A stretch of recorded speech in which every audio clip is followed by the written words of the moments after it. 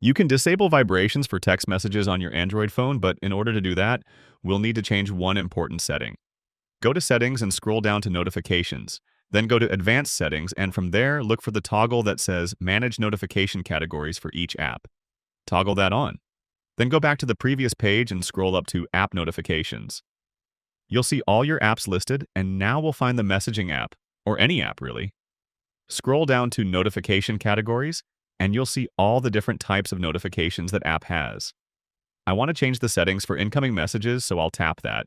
And now I can go here and toggle off vibration for my incoming messages. You could also change the sound for incoming messages and change other notification settings here as well. And there you have it. You can repeat this for other apps as well. And using the notification categories is a good way to customize notification sounds and vibrations for each app separately. Click that like button if this helped you, and subscribe to get more easy and short guides like this directly on your YouTube homepage.